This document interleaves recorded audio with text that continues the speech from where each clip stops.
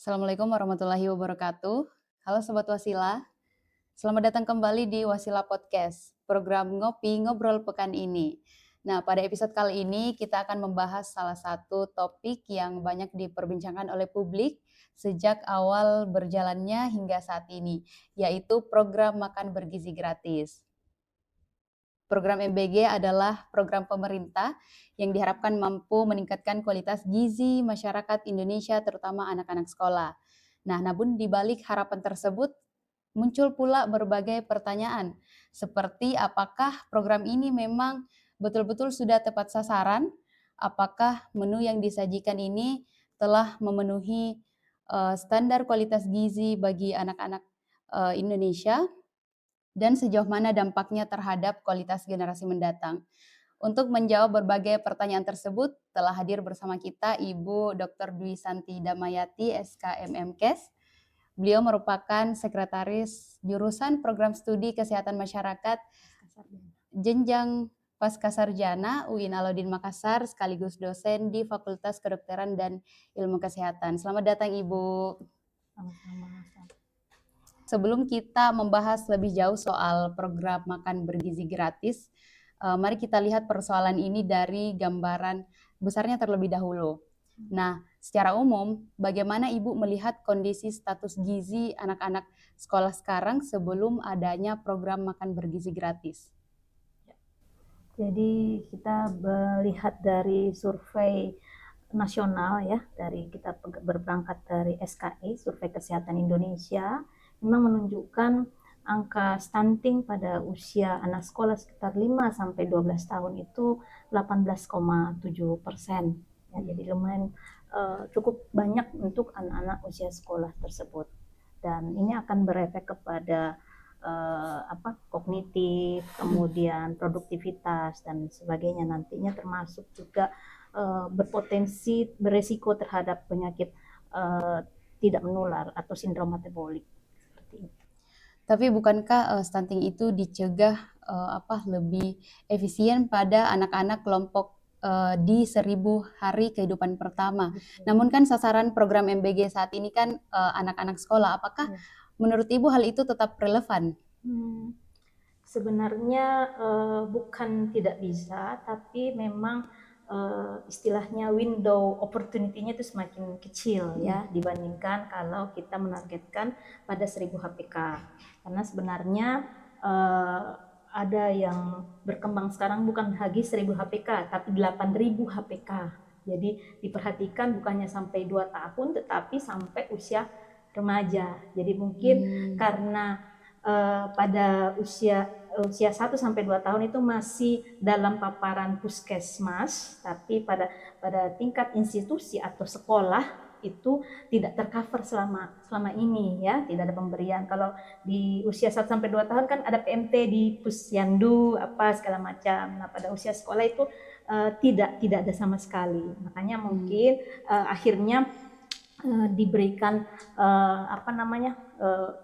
makanan gizi gratis itu pada anak sekolah dikarenakan memang kecenderungan dan keluhan daripada banyak guru bahwa anak-anak itu kurang fokus karena tidak makan, lapar dan sebagainya.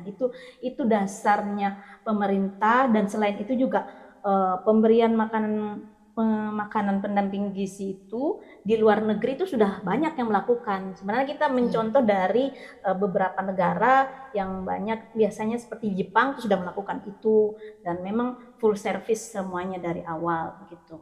Cuman mungkin kita juga belum, karena ini program baru ya, jadi kita harus banyak belajar begitu. Jadi kita hanya mencuplik saja, kemudian ya seperti yang kita ketahui saat ini kan kondisinya masih proses belajar. Namanya proses belajar, belum cukup 1 tahun ya, bisa aja masih banyak celah dan kemungkinan peluang-peluang yang kebocoran yang selama ini terjadi seperti itu.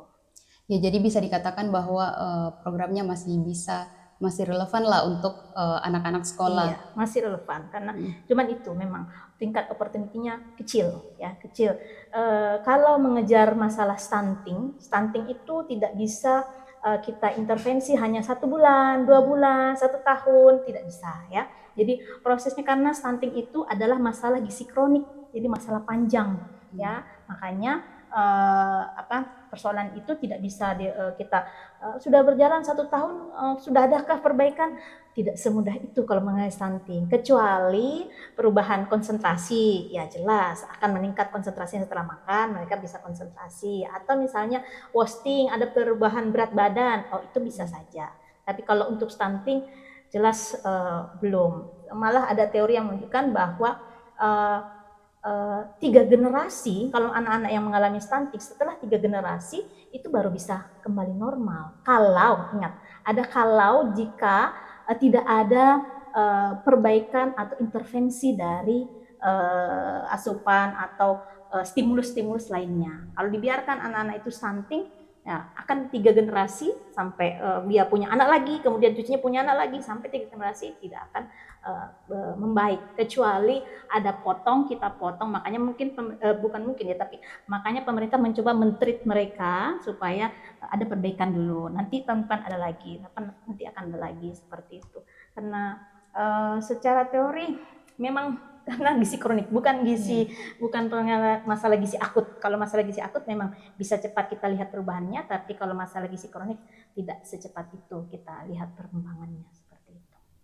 Ya, kalau dari sudut pandang ilmu gizi, seperti apa sebenarnya standar satu porsi makan bergizi gratis yang ideal?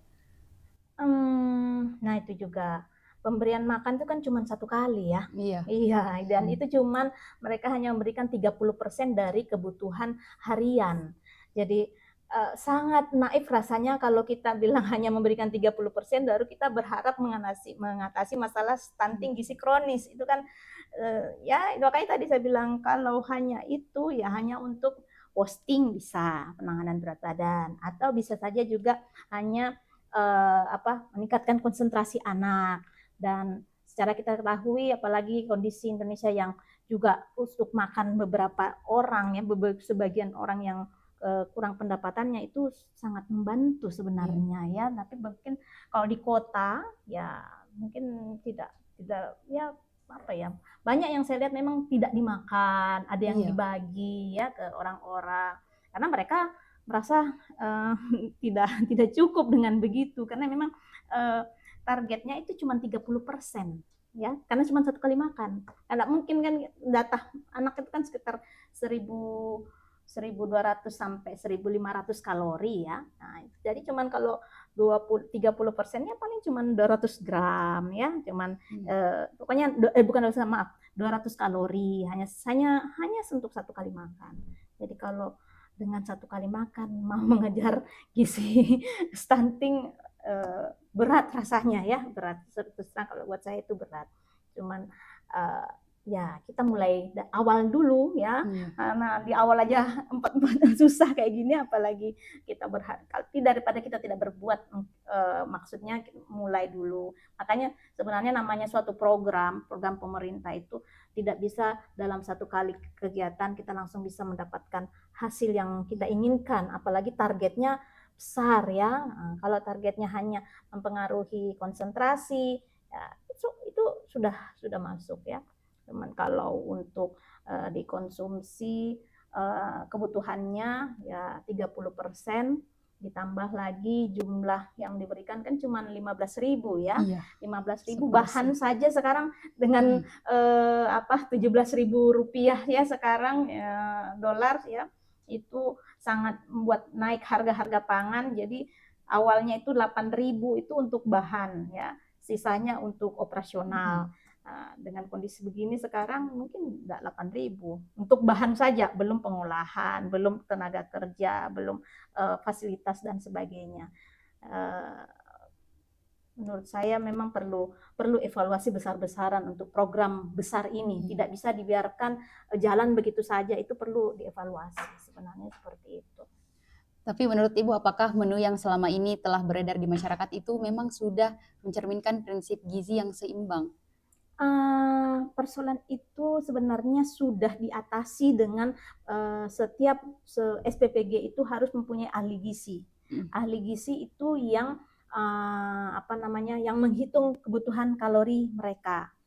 Persoalannya tenaga ahli gizi juga yang digunakan oleh SPPPG itu terbatas. Jadi ada juga SPPG yang tidak memiliki ahli gizi sehingga tidak semua SPPG memiliki itu ya.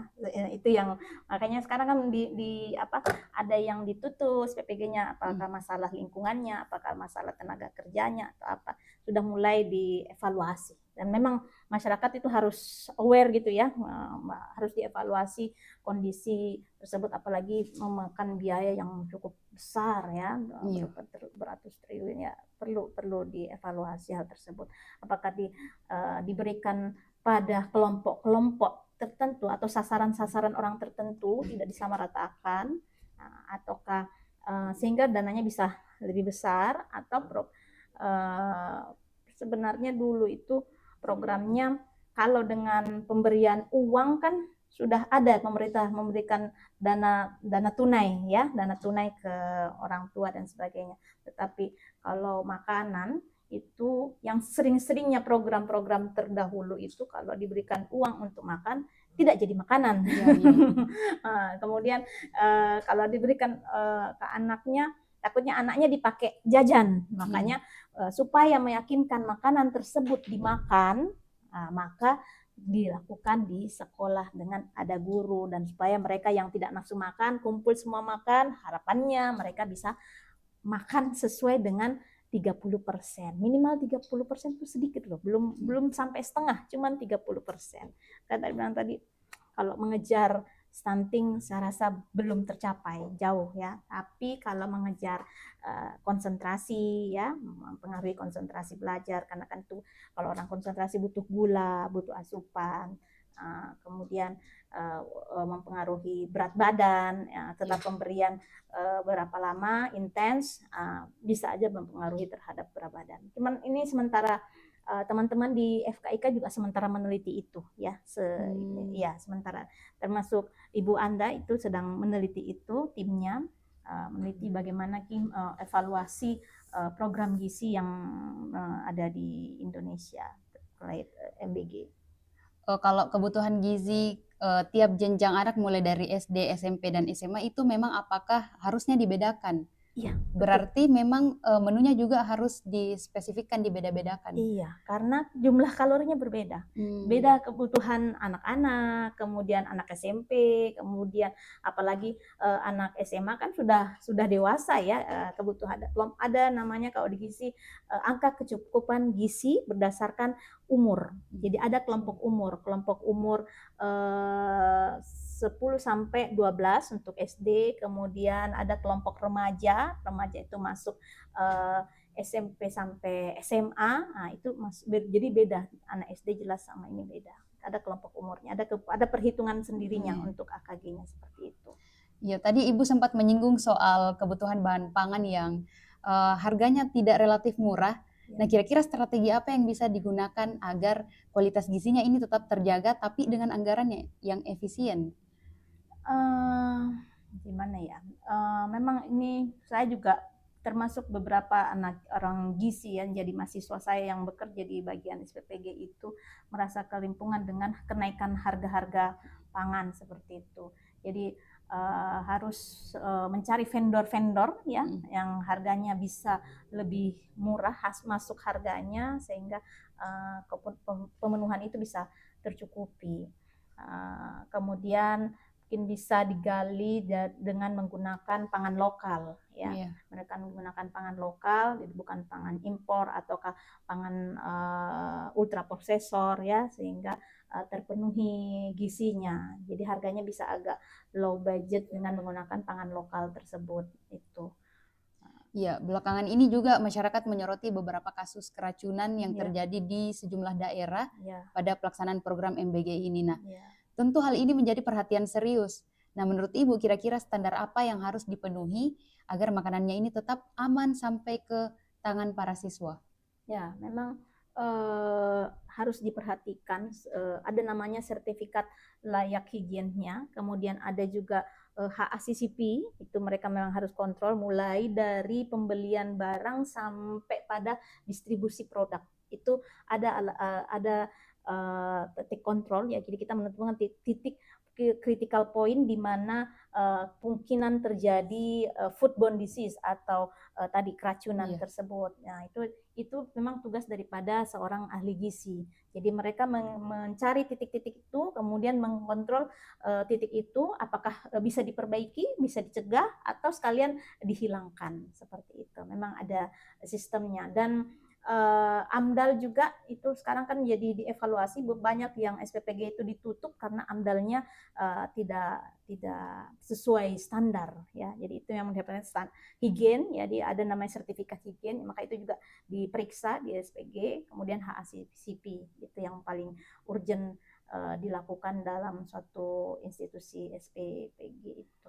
Ya. Ya, jadi bisa dibilang kalau misalkan suatu daerah sering terkontaminasi kasus keracunan ini karena kurangnya atau lemahnya pengawasan ahli gizi. Betul, Karena kan iya, tadi Ibu menyebut bahwa iya, tenaga ahli gizi juga terbatas. iya betul, Heeh. iya.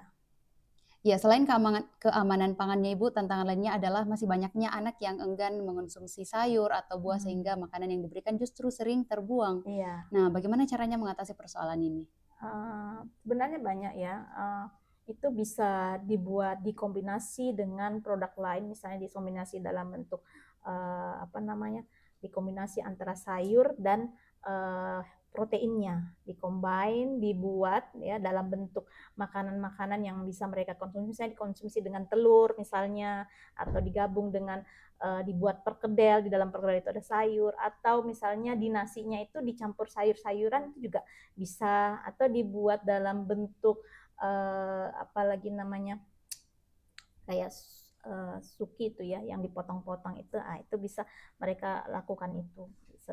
Banyak hal yang bisa dilakukan untuk anak-anak supaya bisa konsumsi makan sayur. Di samping juga biasanya tujuannya diberikan makanan bersama di sekolah itu karena melihat, jadi kan mereka melihat teman. Biasanya kan anak-anak itu sukanya kalau melihat apa namanya pertemanan, oh mereka makan, jadi dia juga pengen coba-coba, akhirnya mau menghabiskan seperti itu. Dan di situ juga kan ada guru juga diupayakan mereka mensupport anak-anak mereka, anak didiknya supaya mau menghabiskan makanannya, walaupun mungkin di sekolah tidak habis, di rumah juga sebaiknya dikonsumsi sayur-sayuran tersebut, karena tubuh itu tidak hanya membutuhkan karbohidrat, protein, dan lemak, tetapi dia juga butuhkan serat dan vitamin dan mineral. Makanya itu diperoleh dari sayur-sayuran dan buah tersebut. Seperti itu. Iya, dari program MBG ini kan banyak juga yang berharap agar dapat meningkatkan konsentrasi belajar dan kognitif siswa. Iya. Nah, menurut Ibu berapa lama kira-kira agar dampak perbaikan gizinya ini bisa terlihat? Untuk konsentrasi, sebenarnya untuk konsentrasi bisa dalam waktu singkat pun bisa kita lihat konsentrasinya ya. Asalkan mereka tercerna dengan baik, sebenarnya dalam tidak cukup lama, cukup metabolisme normal kan kembali normal 2 minggu. 2 minggu itu bisa sudah terlihat kalau misalnya dia cocok apa, itu sudah bisa terjadi recycle dan kemudian akan terbentuk kebiasaan adaptasi tubuh, dan itu sudah bisa 2 minggu sudah bisa kelihatan efeknya. Yang penting dikonsumsi cukup, kebutuhannya cukup, insya Allah tidak lama kalau kita hanya mau lihat konsentrasi. Nah, cuman itu tadi untuk konsentrasi kan itu butuh kayak vitamin mineral, sehingga makanan yang gizi makro ini bisa tercerna dengan baik. Bisa tercerna dengan baik jika ada enzim-enzim. Nah, enzim-enzim itu bisa diperoleh dari buah dan sayur. Nah, sehingga pencernaannya bisa maksimal dan tubuh bisa merespon dengan baik. Makanya kalau di gizi itu paling sedikit kalau kita melakukan intervensi tidak boleh hanya 1 hari 2 hari, perlu minimal sekali itu 2 minggu. Biasanya kalau mau dapat lebih efektif bisa kita lihat setelah 1 bulan, oh sudah ada respon terhadap baik berat badan maupun terhadap konsentrasi belajar seperti itu. Ya, Ya. kalau konsentrasi belajar kan pasti juga dipengaruhi berbagai faktor eksternal. Betul, Tapi betul. apakah kebutuhan gizi ini, pemberian makan bergizi gratis memang turut serta dalam membantu meningkatkan kognitif siswa, Ibu? Betul, ya, karena tadi Yang membantu orang berkonsentrasi itu kan karena adanya zat besi yang mempengaruhi hemoglobin dalam tubuh yang akan membawa oksigen ke otak. Dan otak ini digunakan supaya otak itu menghasilkan energi, bisa bekerja, Berpikir. menangkap, fokus dan sebagainya. Nah itu makanya tadi dari sayur-sayuran, kemudian dari zat besi biasanya terdapat banyak di daging, protein hewani. Nah itu bisa mereka konsumsi teratur, termenuhi kebutuhan zat besinya. Biasanya kan yang mengalami anemia itu konsentrasinya terganggu, apalagi pada anak-anak yang baru mengalami menstruasi. Nah, itu jelas akan terganggu konsentrasinya. Banyak yang mengalami anemia itu pengaruhnya terhadap konsentrasi belajar. Jadi perlu diperbaiki asupan zat besi dari makanan maupun dari hewani, terutama dari kandungan hewaninya. Ya, berarti kalau kita bilang anggapan MBG itu nantinya dapat meningkatkan kecerdasan atau IQ anak Indonesia itu memang bisa dibenarkan secara ilmiah ya, Bu? Belum. Kalau IQ belum Oh ya. sampai ke IQ. Dia hanya tingkat konsentrasi belajar. Tapi kalau mau ke IQ itu butuh stimulus ya, butuh stimulus baik dari proses pembelajaran, kemudian dari lingkungan sekolah, kemudian stimulus dari keluarga, orang tua. Itu tidak bisa langsung kita bilang IQ-nya langsung meningkat, tidak. Tapi kalau ke konsentrasi ya seperti itu bisa langsung kita lihat efeknya. Kalau IQ mungkin Nihil. butuh, iya, bukan nihil, tapi mungkin kita butuh waktu yang agak panjang ya untuk mempengaruhi IQ, karena tadi dia tidak berdiri sendiri, asupan langsung mempengaruhi IQ, tidak langsung ya, tidak langsung. Bisa tapi butuh waktu lama dan perlu banyak variabel-variabel yang lain yang mempengaruhi untuk IQ-nya bisa meningkat seperti itu. Dan IQ itu kan pertumbuhan pesatnya pada usia dalam kandungan sampai usia 2 tahun otak. Nah, kalau sudah masuk sekolah kan apalagi lewat 5 tahun, sudah lewat ke atas, 5 tahun ke atas, pertumbuhan otak tidak lagi terlalu tinggi. Makanya tadi saya bilang Windows opportunity-nya itu sudah tidak sebesar pada 1000 hari pertama kelahiran, seperti itu. Ya. Berarti kalau targetnya memang untuk meningkatkan IQ anak, harusnya targetnya di sampai usia. Iya, sebenarnya di situ pada ibu hamil, ya, pada apalagi namanya anak usia 2 tahun, 2 di bawah tahun. udah 2 tahun, kalau kita targetnya ke itu.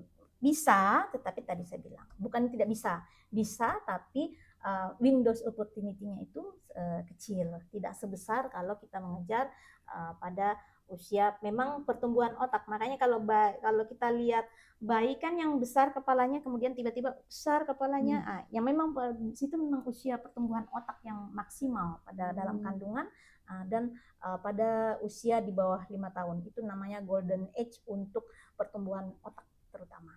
Seperti itu. Kalau pada SD IQ bisa, bukan tidak bisa. Cuman itu tadi Windows opportunity-nya menjadi kecil seperti itu. Mungkin kita perlu waktu yang agak panjang gitu, tidak bisa langsung, dan perlu stimulus yang banyak dari yang lain ya. Mereka harus diajar sering-sering, kemudian lingkungannya juga terpenuhi, lingkungan belajar disupport. Nah, itu yang harus diperhatikan, karena banyak juga anak-anak yang kelihatan waktu awal-awal biasa-biasa saja, tetapi karena banyak support system yang bekerja, IQ-nya bisa meningkat. Jadi kita tidak bisa hanya bilang dari makanan, tidak bisa. Tetapi itu juga merupakan bahan bakar ya. Karena kalaupun supportnya banyak, tetapi tubuhnya tidak ada bahan bakarnya, sama aja kalau kita naik motor gitu kan, tidak ada bensinnya, ya mau jalannya bagaimana? Seperti itu sebenarnya. Ya, kalau dari pandangan Ibu, kira-kira aspek perkembangan apa yang realistis bisa dilihat sebagai ukuran keberhasilan program ini? Untuk dalam waktu dekat ini. Iya. Kita bisa lihat ada peningkatan berat badan, ya, BB/U-nya bisa kita lihat, kemudian tingkat konsentrasi anak yang makan, ya, bagaimana mereka bisa menangkap pembelajaran dengan baik. Kita bisa lihat juga dari prestasi belajar anak, gitu kan, bisa kita lihat, oh nilainya sudah cukup bagus, dan seperti apa. Itu alat ukur yang mungkin bisa kita lihat dari pemberian MBG seperti itu. Dan Iya, kalau kita mengajar ke IQ dan ini saya rasa belum belum bisa dalam kondisi kan baru berjalan baru 1 tahunan 1 ini tahun. ya, belum lama ya, Iya. belum bisa kita target tinggi-tinggi, belum sampai seperti itu. Ya, sebagai penutup Ibu, saya ingin minta pandangan Ibu bagaimana kira-kira apa kritik sekaligus rekomendasi yang ingin Ibu sampaikan kepada Hmm. pemerintah agar program makan bergizi ini tidak hanya menjadi program yang menghabiskan begitu besar anggaran, Betul. tapi benar-benar mampu meningkatkan kualitas gizi dan masa depan generasi Indonesia. Oke. Jadi memang mulai dari penyelenggara SPPG-nya ini harus memperhatikan yang tadi kita bilang bahwa ada uji kelayakan sertifikasi higienis ya, kemudian HACCP dilaksanakan dengan baik, kemudian tenaga tenaga SPPG-nya dan chef-nya itu memang yang profesional ya, seperti itu. Lingkungan AMDAL-nya diperhatikan, persyaratan itu diperhatikan. Kemudian yang perlu kita perhatikan, sepertinya memang kita kalau dananya terbatas, mungkin tidak langsung sekaligus kita melakukan semuanya ya. Mungkin kita fokus kepada yang kelompok-kelompok memang sangat membutuhkan ya, yang tidak membutuhkan mungkin alternatif setelah dana yang lain itu lebih banyak. Jadi kita mulai membatasi, memilih lokasi-lokasi lumbung mana yang selayaknya mereka mendapatkan program MBG seperti itu. Ya, terima kasih Iya. banyak kepada Ibu yang telah menyempatkan waktu untuk berbagi Iya. ilmu dan wawasan bersama kami pada hari ini. Iya. Semoga diskusi ini dapat memberikan perspektif baru kepada masyarakat bahwa persoalan gizi itu bukan hanya soal memberikan makan, tapi menyangkut kualitas sumber daya manusia Indonesia di masa depannya. Sekali lagi kami ucapkan terima kasih banyak kepada Iya, Ibu. sama-sama. Saya juga mohon maaf karena mungkin Iya, masih ada kekurangan dan waktunya yang agak mepet ya. Iya. saya selaku host pamit undur diri dan sampai jumpa di episode podcast Wasilah selanjutnya. Wassalamualaikum warahmatullahi wabarakatuh.